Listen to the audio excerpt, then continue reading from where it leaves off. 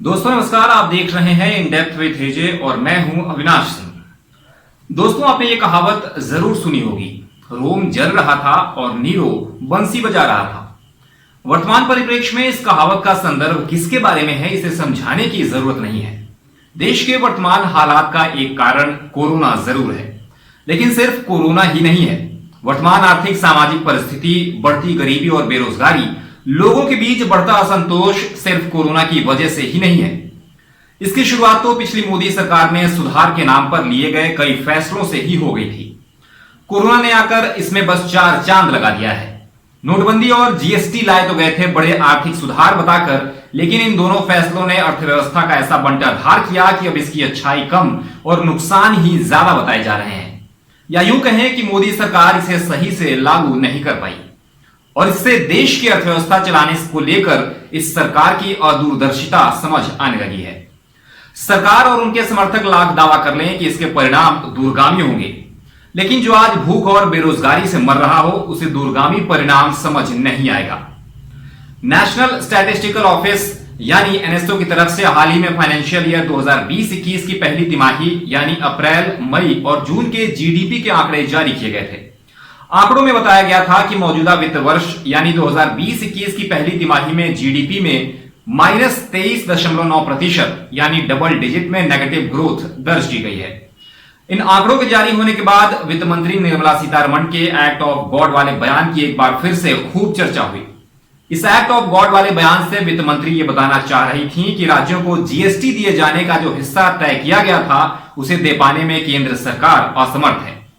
NSO की तरफ से जारी आंकड़ों में बताया गया है कि कृषि यानी खेती किसानी और उससे जुड़ी गतिविधियों, जिस पर किसी सरकार ने कभी खासा ध्यान नहीं दिया, उसकी ग्रोथ ही पॉजिटिव रही है। Manufacturing, construction, trade, hotels, services जैसे सभी सेक्टर्स की ग्रोथ डबल डिजिट में नेगेटिव है।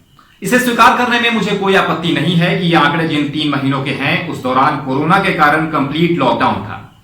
ऐसे में ग्रोथ का नेगेटिव होना लाजमी है। आपत्ति इस बात से है कि भारतीय अर्थव्यवस्था की बिगड़ती हालत का पूरा जिम्मा अब कोरोना के मत्थे डाला जा रहा है। हकीकत यह है कि डिमोनेटाइजेशन और जीएसटी के इंप्लीमेंटेशन के बाद से ही देश की आर्थिक स्थिति बिगड़ती जा रही है। 2018 में कृषि मंत्रालय ने भी इस बात को माना था कि नोटबंदी ने देश के किसानों पर बुरा प्रभाव डाला था। इन दोनों कदमों ने देश के असंगठित क्षेत्र को बुरी तरह से प्रभावित किया है। आपको बता दूं कि हमारे देश में 90% से ज्यादा कामगार असंगठित यानी अनऑर्गेनाइज्ड सेक्टर में काम करते हैं। अनऑर्गेनाइज्ड सेक्टर क्या है? व्यक्तिगत रूप से कोई काम जिसमें किसी भी तरह का प्रोडक्शन, सेल या कोई सर्विस मिलता हो, कोई भी ऐसा काम जिसमें एक साथ 10 से ज्यादा लोग काम न करते हो, वो सभी अनऑर्गेनाइज्ड सेक्टर के काम कहे जाएंगे। उदाहरण के लिए खेती किसानी, पशुपालन, मजदूरी, ठेले पर सब्जी फल बेचने जैसे काम या छोटे छोटे व्यापारी असंगठित क्षेत्र में ही आते हैं। बात कर लेते हैं नवंबर 2016 में हुए नोटबंदी की। देश में पड़ा हुआ काला धन बाहर निकालना, नकली नोटों को जब्त करना, टेरर फंडिंग को कंट्रोल करना और कैशलेस इकोनॉमी बनाना नोटबंदी के घोषित उद्देश्य थे। लेकिन डिमोनेटाइजेशन के असर पर छपी रिपोर्ट्स बताती हैं कि इसके जो भी उद्देश्य थे वो तो पूरे नहीं हुए, उल्टा इसका नुकसान देश की अर्थव्यवस्था को सहना पड़ा है। और अगर आप सोच रहे हो कि हो सकता है इसका कोई दूरगामी परिणाम हो, तो ऐसा भी किसी रिपोर्ट में नहीं बताया गया। नोटबंदी ने इंडियन इकोनॉमी के सप्लाई चेन को पूरी तरह ठप कर दिया, यानी जितनी स्मूथली पहले अर्थव्यवस्था चल रही थी उस पर पूरी तरह से ब्रेक लगा दिया गया। लेबर ब्यूरो के 6ठे एनुअल एम्प्लॉयमेंट अनएम्प्लॉयमेंट सर्वे के अनुसार नोटबंदी के बाद 2016-17 में बेरोजगारी पिछले 4 सालों में सबसे उछले स्तर पर पहुंच गई थी। 2017-18 के एनएसएसओ की तरफ से जारी रिपोर्ट में बताया गया था कि देश में बेरोजगारी 45 सालों के सबसे उछले स्तर पर है। नोटबंदी के कारण 2 से 3% तक आर्थिक गतिविधि घट गई। 2016 से 18 के बीच 50 लाख लोगों की नौकरियां चली गईं। खेती और मजदूरी से होने वाली लोगों की कमाई या तो घट गई या फिर खत्म हो गई। फैक्ट्रीज में होने वाले इन्वेस्टमेंट्स में कमी आ गई। रियल एस्टेट सेक्टर पूरी तरह से ठप हो गया। यहां तक कि जिस कैशलेस इकोनॉमी की बात कही गई उसमें भी कोई खासा बदलाव नहीं आया। 2012 में 87% ट्रांजैक्शंस कैश में होते थे। 2018 में यह स्थिति 83% रही। अब इतना तो तय है कि अगर नोटबंदी से देश की अर्थव्यवस्था को फायदा होता तो सरकार डंके की चोट पर इसका प्रचार जरूर करती, लेकिन जो भी रिपोर्ट्स आई वो इसके नुकसान ही ज्यादा बता रही हैं। नोटबंदी को राष्ट्रीय ही नहीं अंतर्राष्ट्रीय स्तर पर भी भारतीय अर्थव्यवस्था के लिए नुकसानदेह बताया गया। अब बात कर लेते हैं जीएसटी की। जुलाई 2017 में 17 इनडायरेक्ट टैक्सेस और अलग अलग तरह के सेस के जाल को खत्म कर एक देश एक टैक्स सिस्टम यानी जीएसटी को लागू किया गया था। इसके तहत टैक्सेस की वसूली केंद्र सरकार को करनी होती है और फिर इस कलेक्शन को राज्यों के बीच बांटना होता है। सरकार ने लक्ष्य रखा था कि जीएसटी लागू होने के बाद से औसतन हर महीने 1 लाख करोड़ का जीएसटी कलेक्शन होगा, लेकिन सत्र 2020-19 को छोड़कर किसी साल यह लक्ष्य पूरा नहीं हो पाया। अब इस साल तो कोरोना प्रभाव होने के कारण दूर दूर तक इससे पूरे होने के आसार नहीं दिखते। जीएसटी लागू होने से पहले इन इनडायरेक्ट टैक्सेस को केंद्र और राज्य मिलकर कलेक्ट करते थे, लेकिन टैक्स रिफॉर्म और फेडरलिज्म के नाम पर केंद्र ने टैक्स कलेक्शन का पूरा जिम्मा खुद ले लिया और अब राज्यों को कहा जा रहा है कि जीएसटी कलेक्शन लक्ष्य के मुताबिक नहीं हो पाने के कारण वो राज्यों का हिस्सा दे पाने में असमर्थ है। इसे राज्य संघवाद के नाम पर केंद्र द्वारा राज्यों को धोखा बता रहे हैं।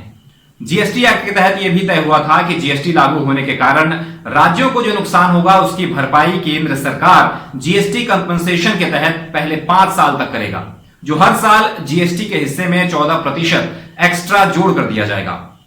जीएसटी कलेक्शन कम होने से राज्यों का हिस्सा देने में देरी भी हो रही है। ऐसे में समस्या यह है कि केंद्र अगर टैक्स कलेक्ट कर राज्यों को नहीं देगा तो राज्यों का खर्चा कैसे चलेगा। एक बात स्पष्ट कर देना चाहता हूं कि यह परिस्थिति सिर्फ कोरोना की वजह से नहीं है।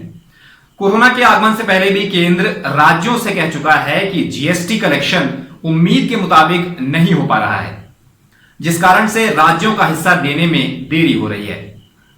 आपको बता दूं कि जीएसटी लागू करते समय इसे ऐतिहासिक टैक्स रिफॉर्म, इससे रिकॉर्ड टैक्स कलेक्शन और इससे जीडीपी में बढ़ोतरी होने का अंदाजा लगाया गया था। जीएसटी के जो भी घोषित लक्ष्य थे उनमें से कोई भी पूरा होता हुआ नहीं दिख रहा, चाहे बात हो जीएसटी कलेक्शन की या फिर इससे जीडीपी के ग्रोथ की।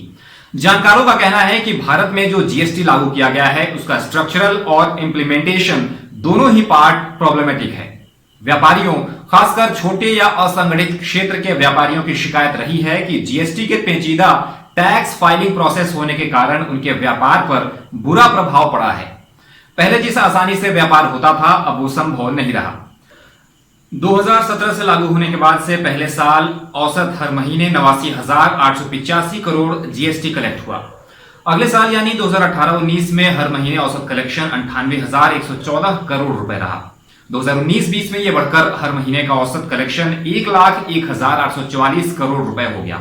अब चौथे साल यानी 2020-21 सत्र में अभी तक के 5 महीनों का औसत जीएसटी कलेक्शन 68,166 करोड़ रुपए है। वहीं अब बात करते हैं नोटबंदी और जीएसटी के बाद से नीचे गिरते जीडीपी की। नवंबर 2016 में नोटबंदी की गई थी। इसके 9 महीने बाद यानी जुलाई 2017 में जीएसटी लागू की गई। नोटबंदी से पहले साल 2015-16 में हमारी ग्रोथ रेट 8% थी। अगले साल 2016-17 में यह बढ़कर ग्रोथ रेट 8.2% हो गई, लेकिन इसी साल जीएसटी लागू की गई और 17-18 में ग्रोथ रेट 7.4% हो गई। नोटबंदी और जीएसटी इंप्लीमेंटेशन ने असर दिखाना शुरू किया और तब से यह लगातार घटता जा रहा है। 18-19 में 6.1% और 19-20 में ग्रोथ रेट 5% तक पहुंच गई है। इस वित्त वर्ष के पहले तिमाही की कहानी आपको पता ही है। पक्ष विपक्ष, सरकार के समर्थक और विरोधियों का पहलू छोड़ भी दें तो अंतर्राष्ट्रीय स्तर की संस्थाएं और अर्थशास्त्रियों ने भी यही माना कि भारत की अर्थव्यवस्था को नोटबंदी और जीएसटी के कारण ही झटका लगा है। जीएसटी अभी भी एक अबूझ पहेली की तरह बना हुआ है। जीएसटी लागू होने के कुछ फायदे हो सकते हैं, लेकिन जो सबसे बड़ा और महत्वपूर्ण फायदा बताया गया था यानी रिकॉर्ड टैक्स कलेक्शन का, वो तो अभी तक गलत ही साबित होता हुआ दिख रहा है। भारतीय अर्थव्यवस्था की वर्तमान सबसे बड़ी समस्या है मार्केट यानी लोगों के बीच सामानों का डिमांड घट जाना, यानी लगातार बदहाल होती स्थिति के कारण लोगों के पास पैसों की कमी है, जिस वजह से लोगों की डिमांड घट गई है और डिमांड घटने के कारण प्रोडक्शन और सप्लाई भी घट गया है। विशेषज्ञों का कहना है कि अर्थव्यवस्था को पटरी पर लाना है तो लोगों के बीच डिमांड को बढ़ाना होगा। उसके लिए सरकार को चाहिए कि अलग अलग तरीकों से लोगों तक डायरेक्ट पैसा पहुंचाए, यानी अर्थव्यवस्था को पटरी पर लाने के लिए लॉन्ग टर्म के साथ साथ शॉर्ट टर्म उपाय भी करने होंगे ताकि जो वर्तमान में समस्याएं हैं उसे निपटा जा सके। लेकिन सरकार इसे समझने को तैयार नहीं है। आपको याद होगा कि प्रधानमंत्री नरेंद्र मोदी ने 20 लाख करोड़ का आत्मनिर्भर पैकेज अनाउंस किया था। सरकार की तरफ से बताया गया था कि इससे इकोनॉमी को बूस्ट मिलेगा, लेकिन इस 20 लाख करोड़ के पैकेज के अध्ययन से पता चला कि सरकार ने हर बार की तरह फिर से जनता को एक बार बेवकूफ बना दिया। अर्थव्यवस्था में सुधार के लिए जिस तात्कालिक पैकेज की जरूरत थी उसके नाम पर सरकार ने एक तरह से बजट विस्तार कर दिया, यानी इस राशि को अगले कई सालों में खर्च किया जाएगा। कहने का मतलब है कि अगर मेरी तबीयत आज खराब है, लेकिन सरकार कह रही है कि इसका इलाज तुरंत नहीं करेंगे, कुछ सालों में इसका इलाज धीरे धीरे होगा। जहां विश्व के बाकी सारे देशों ने कोरोना के असर से निपटने के लिए तात्कालिक उपाय किए, वहीं भारत सरकार 5 साल की योजना बनाकर बैठी है। तो आज के इस वीडियो में इतना ही। आपको हमारा ये वीडियो कैसा लगा हमें कमेंट सेक्शन में जरूर बताएं। हमारे इस वीडियो को लाइक और शेयर भी करें और हमारा चैनल भी सब्सक्राइब कर लें। नमस्कार।